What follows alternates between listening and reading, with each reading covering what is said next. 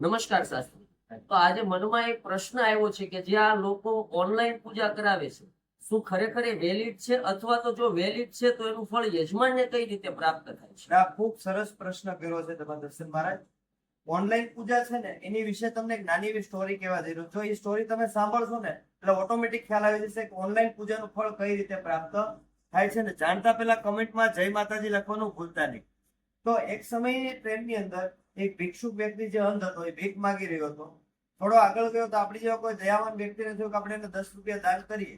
તો થોડું દૂર ગયો હતો એટલે વાયા એની પાસે 10 રૂપિયા પહોંચ્યા. જેવા 10 રૂપિયા એ વ્યક્તિના હાથમાં આવ્યા ને એટલે અંધ વ્યક્તિએ જે વ્યક્તિને 10 રૂપિયા આપ્યા એની માથે 2 હાથ મૂકીને આશીર્વાદ આપ્યા, ભગવાન તને સુખી રાખે, તારી મનોકામના બધી પૂરી કરે. તો કોઈ વ્યક્તિ એવો હતો કે જે આ ધર્મમાન કોઈ વસ્તુમાં નહોતો માનતો, એવો નાસ્તિક વ્યક્તિ હતો ને એવો શબ્દ બોલ્યો કે 10 રૂપિયાનું દાન બીજાએ કર્યું અને આશીર્વાદ બીજાને પ્રાપ્ત થયા.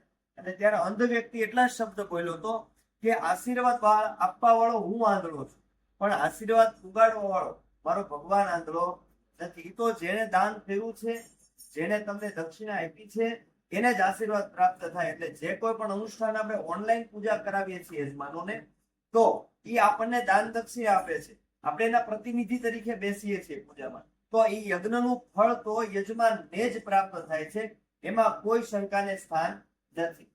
ખૂબ ખૂબ ધન્યવાદ શાસ્ત્રી.